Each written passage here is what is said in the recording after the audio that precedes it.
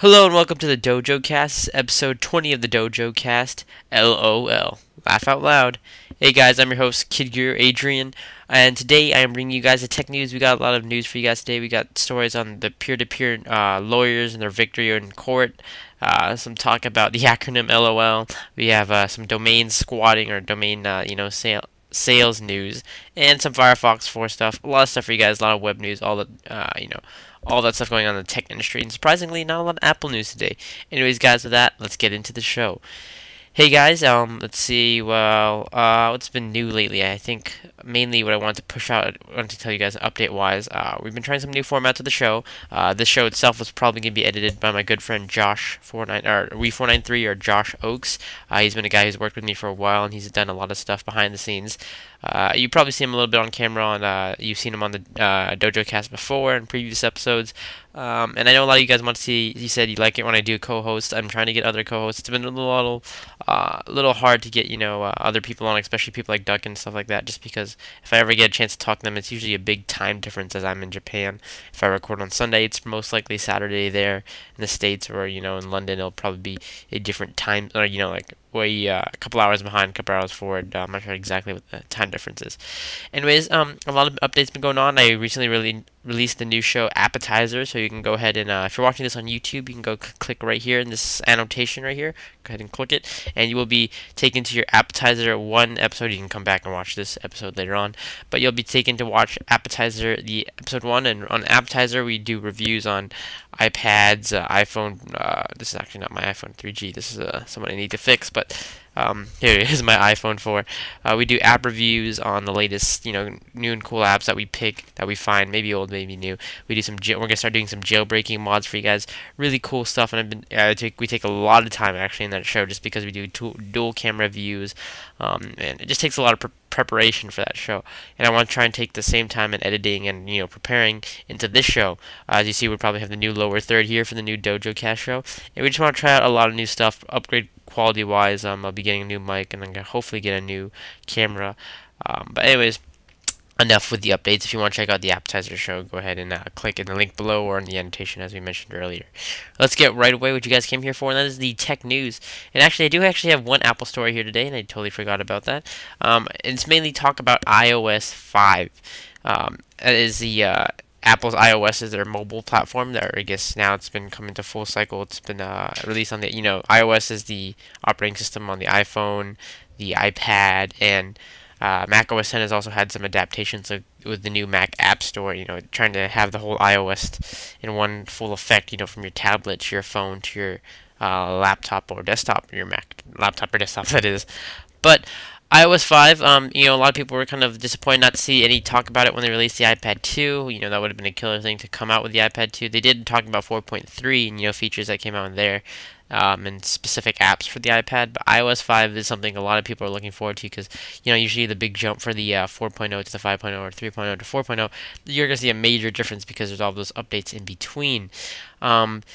Sources from TechCrunch, reading an article from MG Sigler, he said that it's not all bad news here. Here's what we're hearing right now. iOS 5 will launch in fall and will be a major revamp of an OS. So we're talking major revamp, not like big tweaks and stuff like that. I'm hoping we get some new home screen type custom ability, because I jailbreak every time usually, and that's just because you're kind of limited in the iOS. I wish I could show you on this person's iPhone here that I have to fix, but it's broken. But in terms of like default skins and stuff, we always have the same kind of black background. You can change wallpapers now, thank God, and you can do some other stuff, but it's just kind of plain, and that's why I jailbreak my iPad. You can see there, you just get a whole bunch of more custom ability in terms of what you can add on to your device if you jailbreak it, and I want to see that natively in the OS. They said also it could be previewed at WWDC, but won't be released then. The iOS 5 launch is likely to coincide with the release of a new iPad, which it's hit or miss. If it comes out with the iPad 3, or maybe it's an update for the iPad 2. Who knows?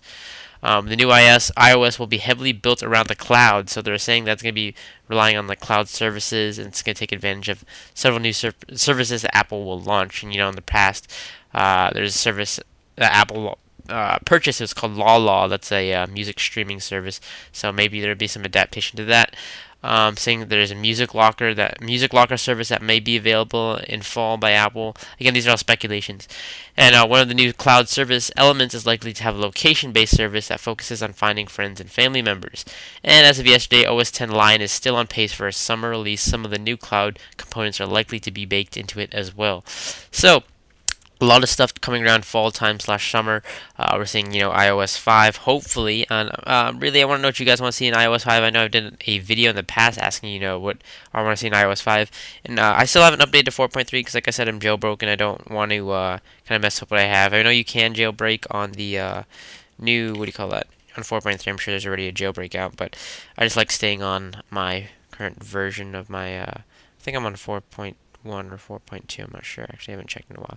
But anyways, as I was saying, I want to see iOS 5 just add a lot more customability options to your home screen, give you new elements, give you something new to kind of kind of, I want to say evolve the iPhone to the next step, because the hardware is great. There's the A4 and A5 processors and stuff like that. The iPad, I think it's A5 now, and we're getting these powerful phones that can do dual core and stuff like that. And I'm sure in the next iPhone, in iPhone 5, we'll see a dual core processor. But what do you call that? It's just gonna take advantage with new hardware. You need the software to take advantage of it, and like I said in the past, the device isn't really as good as if you don't have a next generation type software. I think iOS 5 can highly be that. So do look forward to that. I want to see what you guys think in the comments below. If you're listening to this on iTunes, you can go over to our YouTube channel, youtube.com/digitaldojos. Leave us your thoughts on iOS 5, what you guys think. Or you can always email us at digitaldojos@gmail.com. You can title it iOS 5 and what you guys want to see. Maybe we'll do a follow-up video or follow-up podcast mentioning your guys' comments. Alright, with that, let's go into some law and disorder news from Ars Technica. This week, P2P Lawyers scored a big victory in the mass subpoenas that they can proceed with. So that you've heard about the massive file sharing lawsuits in the recent months, with one in West Virginia. There's some others in other places, but recently a federal judge in Washington, D.C. has decided 3 such cases can continue, and the ISPs involved need to turn over names in a timely fashion. So this is dealing with pirating and stuff like that, where they download music, or usually they go for also the ones who are sharing, actually giving out the music and the movies and stuff like that. These have been going on forever and ever. It doesn't technically stop piracy. This is kind of just to scare people. But this, every now and then you can get caught, I guess, if you're doing that type of peer-to-peer types deal. There's LimeWire. LimeWire was recently shut down, but FrostWire, uTorrent, that type of stuff. But the chances aren't always at high, in terms of for the general public. But again, you can always. It's never 100%. But it says here that most of the people being sued in these cases live outside the district of the federal court in which they are being sued. Copyright holders should have known this, goes the argument, because the geolocation tools make it simple to approximate someone's location with an IP address, and all these people should be dismissed from the case. So that's true. You can actually, the way they get you, usually they'll say who's downloading the torrent or whatever it may be. They'll trace to your IP, and they can find out where you live in that general area. Usually from there, they contact your ISP to say, this IP address or whatever has been downloading. Usually they'll send you like a notice, a warning notice not to do it again, or anything like that, or maybe like cut off your internet for whatever your ISP decides to do. And from there, they can also you can be charged fines and stuff like that if you've distributed a widely enough content. It all depends. So it says here each case should be filed individually for $350 a piece in filing fees. So this is talking about the 3 cases that they were mentioning. So in terms of victory, the courts get to these companies get to continue to send subpoenas to these people that they can catch that are pirating. And I have another story that I want to kind of associate with this segue into, because it's dealing with the same thing. But I want to say you've heard this time and time again. You're never really going to stop piracy. Yes, these type of cases, like I think it was Jamie Thomas was her name. These type of cases scare people, where you see people getting fined tons and tons of money for sharing one track or downloading something, whatever it may be.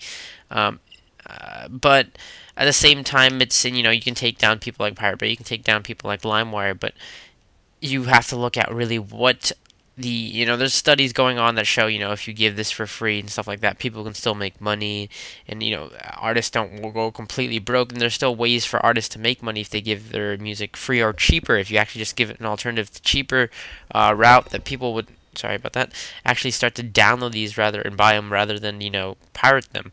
And yes, pirating is much easier than it's been before, but according to this research, which I'm going to go ahead and segue into my next story now, piracy has been on decline in the U.S. according to research by the NPD Group. The percentage of U.S. Internet population using a P2P filing service has decreased from 16%, that's about 28 million users or so at the end of 2007, to 9%, that's 16 million users from 28 in the fourth quarter of 2010, the very quarter that LimeWire was forced to shut down. Obviously, its file sharing service. In the previous quarter, a federal judge ruled that LimeWire, the big peer-to-peer network for music and all that, was in violation of copyright infringement against the RIAA. And between quarter 4 2007 and quarter 4 2010, the average number of music files downloaded from P2P also dropped from 35 tracks per person to 18 tracks.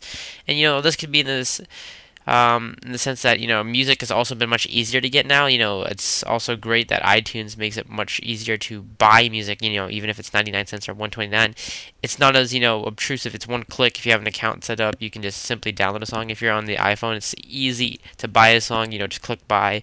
It charges the funds, and you're right away downloading. It really is much easier now. If you hear a song on the radio or anything like that, there's all these apps that you can use to download. Find out what the song is, download it. The ability for us to get content on the go is much more easier now. We don't have to go home, find the song, download it, buy it on our desktops, and sing it to our iPhones or sing it to our iPods. It's really that simple now with iPhones and iPod touches to just buy the songs if you're on any type of Wi-Fi or 3G data connection.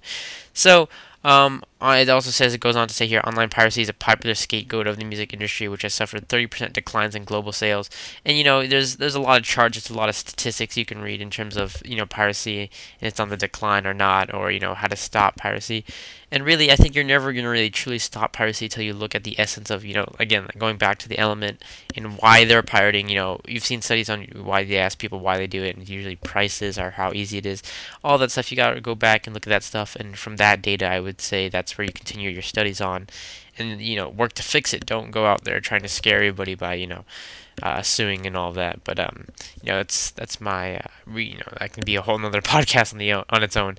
But with that, I do want to continue on and share some other stories with you. Another story from Ars Technica.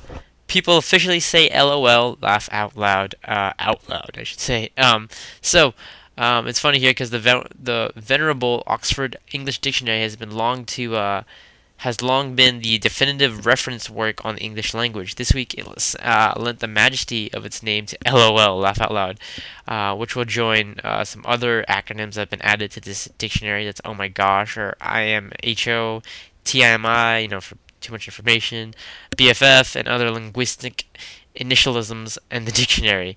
Oddly enough, it is a hugely used word if you, whether it's on IMs. I mean, I'm guilty of using it on IMs and stuff like that. I'm gonna not be a hypocrite and say I don't use these type of slang terms, especially when I'm talking to friends and stuff like that. But I know the difference between talking to friends, talking to IM, when I'm talking in chat room or Skype, that I don't use like perfectly grammatical language, but I know when I'm like doing school events or anything like that, obviously I'm gonna use correct grammar. But believe it or not, I've seen people, I know when I correct people's papers and stuff like that, I've seen at school, people use these acronyms. I've seen people instead of you, just use the you. And I'm guilty of using that on the internet when I'm talking to friends. But when I'm doing anything for YouTube for you guys or anything like blog post, Lord knows I'm not gonna use these acronyms. But it's just funny to see that people have been saying, LOL. These acronyms tend to catch on.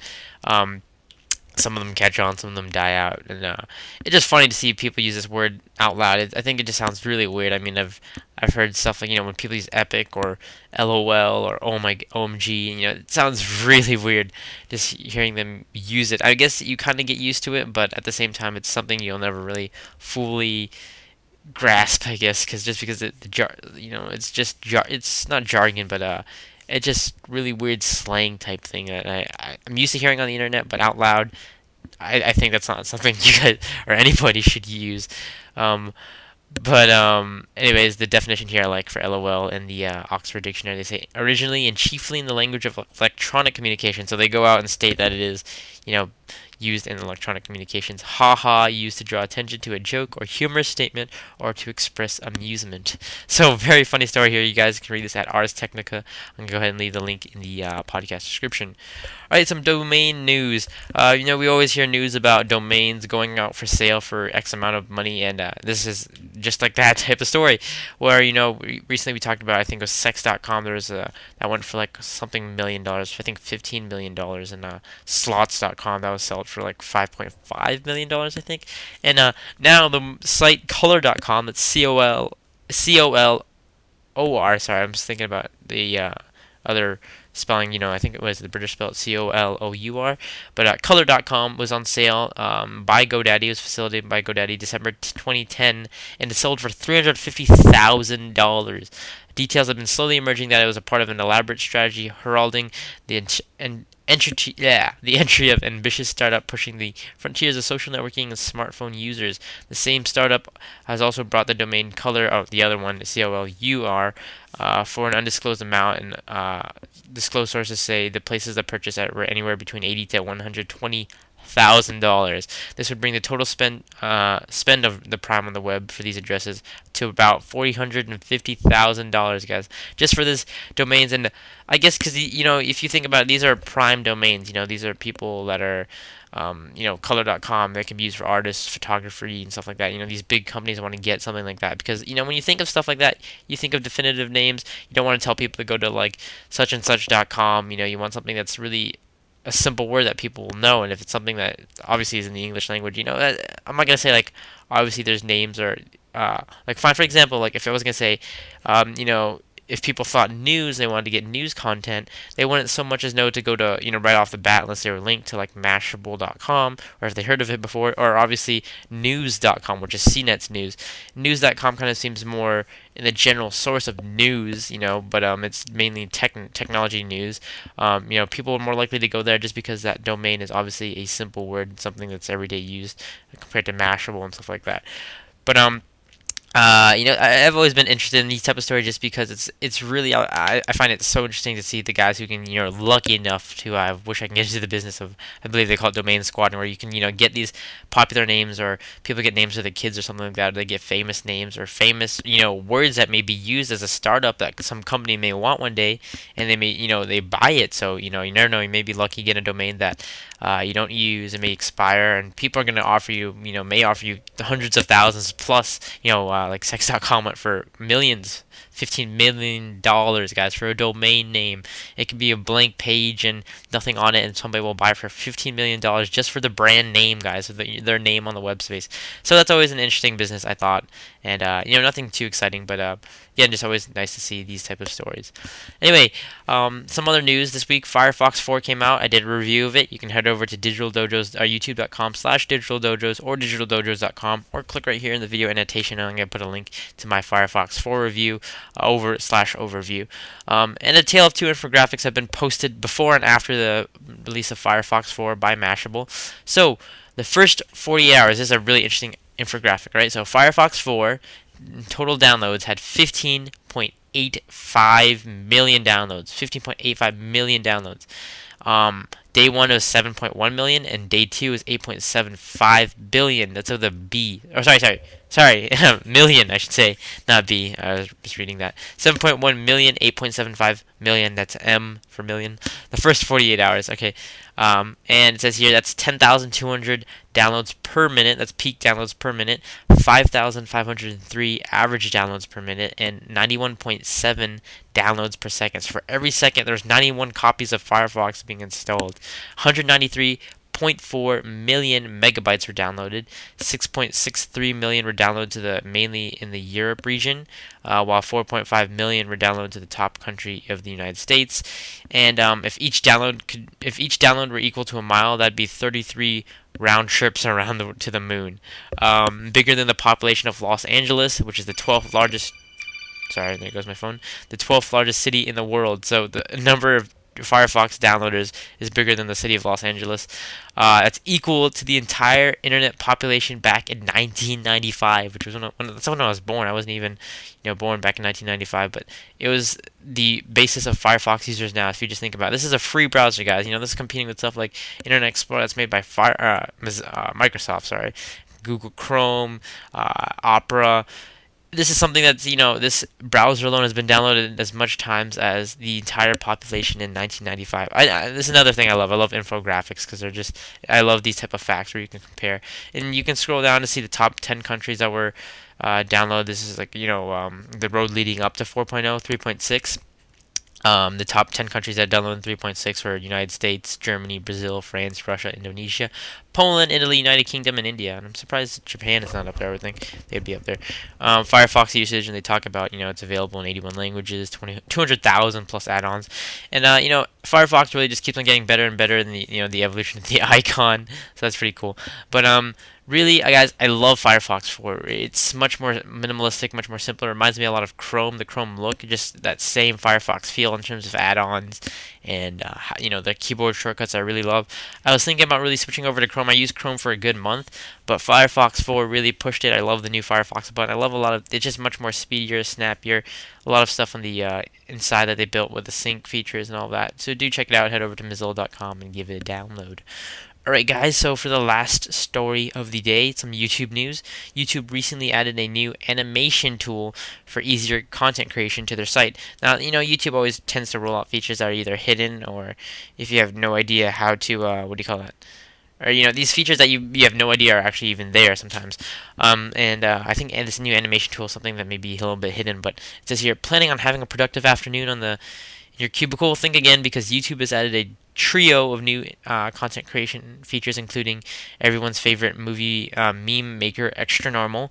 YouTube recently announced it's launching a beta version of it called youtube.com/create. So I'm going to go ahead and open that here because I actually haven't opened that, which is a section of YouTube where you can use Extra Normal services like Extra Normal. I think the other one is like Flicks and Go Animate to make your videos for upload. So these are easy ones to make like animation. So you get to the site, I'm gonna say I'll say create video using Extra Normal, and there it's gonna open this little interface for you to make these little animations. And it's it makes it much easier. You don't have to you don't have to be skilled in what do you call that, Maya or 3ds Max, anything like that. It just says authorize, and go ahead and authorize my Google account, and I'm gonna say I'll go ahead and allow it. And it says you remember this approval, and from there on it gives you this like little interface where you can add your little actors, you can add little people, and you can sign up for accounts and stuff like that using the services. This is again in beta. I'm gonna say one actor here. I wish you guys can see this, but I'm gonna post some screenshots of Extra Normal in the animation, and from here you can make a little video, animate it, upload it to YouTube, obviously, and share it on Facebook. It says here, or what is here?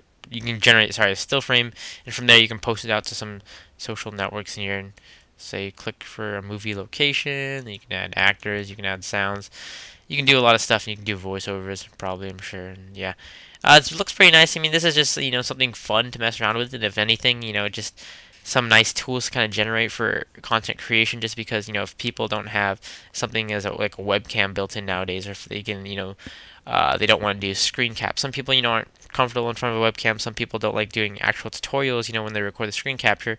Animation may be your thing. Some people just like to do voiceovers, to do whatever, gaming videos. There's a lot of different stuff now, and YouTube is adding a lot more stuff to kind of mess around and see what works. I know recently, or in the past, they did that thing where you can do audio swap. You can swap out an audio of a video and add one of their pre-tracks, but then again the problem with that is they only have a limited amount of tracks, so you tend to see a lot of videos with the same soundtrack, which gets really annoying.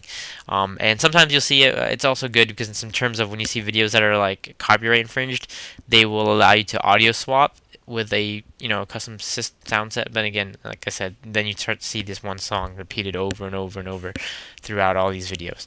Anyways, guys, do check this out. It's over YouTube. You can go over to youtube.com/create, and I guess I can put that link up there, or I guess Josh will, since he's editing this one.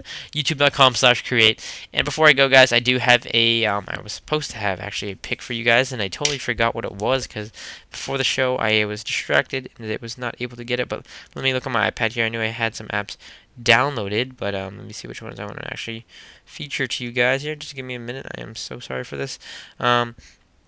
Alright, I guess, let me see. I want to make sure I don't pick the wrong app here.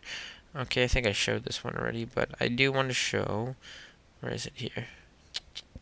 Sorry, I have so many pages of apps lately because I've been reviewing or trying to look over some apps. Okay, and this one is probably the one I think it was. Do I have any? Sorry, let me make sure I get the link up for the price here because I had the price earlier. All right, this is one I use on my iPhone, and you can know it's known as Pocket Information HD. It's a to-do list slash calendar, so it's an all-in-one calendar and tasks. Think of it as your agenda, pretty much. It's an agenda, and it works for iPhone. I use it on the iPhone. It's really, really great app to kind of have mobilely to make your little to-do list and check your calendars and stuff like that. But on the iPad, when you're at home, you want to dock and put all your information down. You can sync between both. One of the best GTD or getting things done applications. I can go ahead and try my best to focus on this, but I don't know if this will work here. I probably don't want this light glaring into here, but and again, probably it's the problem with my brightness. But anyways, yeah, you won't really. There you go. I guess you can see that better if I tilt it like that. But anyways, this is it has a book. It's the only problem with this. It is pricey. It's a great productivity app. And let me lower the brightness while I do this. But it is currently priced at $15. The last time I checked, when I bought it, it was $14.99. I'm not sure if they changed it or anything like that because I bought it a while ago. I think it's a little bit better. Let me lower the brightness down more. But it is a all-in-one to-do list calendar app. It's really, really awesome. So you get this kind of split view here. You have your months here, and you can click on today. And here you have your calendar, and all this is for my recording times and stuff like that. It's a great reminder. And it'll notify you. You can add tasks, so you can view within obviously your weeks, your days, your months here. So you can. I can't really show you my calendar because that's some of my schedule here. But I guess actually it's nothing too important. You can get a list view, so you can kind of see everything you need to do within the week and stuff like that. And it goes through Monday through Sunday, obviously. And you have these little tabs on the side. So up here on the top, the one I'm on right now is calendar. You can click up here and you can see all your events that you have due for today, whether it's calendar, to do applications, or to do notifications. You have a little list view right here and another scrollable thing to kind of check off your tasks that you do throughout the day. You have your tasks folder, which is basically a whole to-do application within itself. A lot of features that you see in to-do applications, like the application to do or by Pigo and all that in the App Store. It's basically it's that one whole app within a tab in this app. So it's like if you're planning on getting an all-in-one productivity tool, this is really your best solution because you get all of these apps in one. And this is, again, just you can create to-dos, you can create, you can have an inbox, folders, contacts, you can star items, you can tag items, you can check the ones you've completed today, overall, the undated ones, the overdue items. It kind of categorizes, again, it does that hierarchy of importance, your priority for your to-do apps.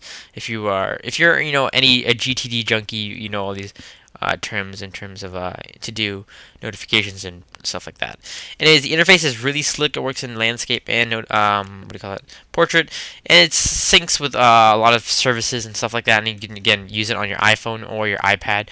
Really, really awesome application. It's integrating calendaring, GTD-based task solutions, I guess I would say, into your iPad, and the screen is really awesome for this type of app. I just love the interface. It looks really cool, like a little spiral notebook. Really kind of replacing the agenda I use physically. I don't like to write as much as I do like to just type in information, have it nice and neat. And this really is a great form factor for your iPad. iPad feels so. It just feels so right holding this in terms of with the iPad. And again, it works great on the iPhone as well. So do check this out. This is Pocket Information, or sorry, I should say. Pocket Informant HD. This is for the iPad. They also have Pocket Informant for the iPhone, so just look that up. It is a little bit pricey, but guys, that is it. This is the podcast for the week. I hope you guys enjoyed episode 20 of the podcast. Don't forget to check out our website at digitaldojos.com, and also don't forget to subscribe to youtube.com/digitaldojos. You can check out my personal channel at youtube.com/LakerCoolman. Anyways, guys, thanks a lot for watching, and we'll catch you guys next episode.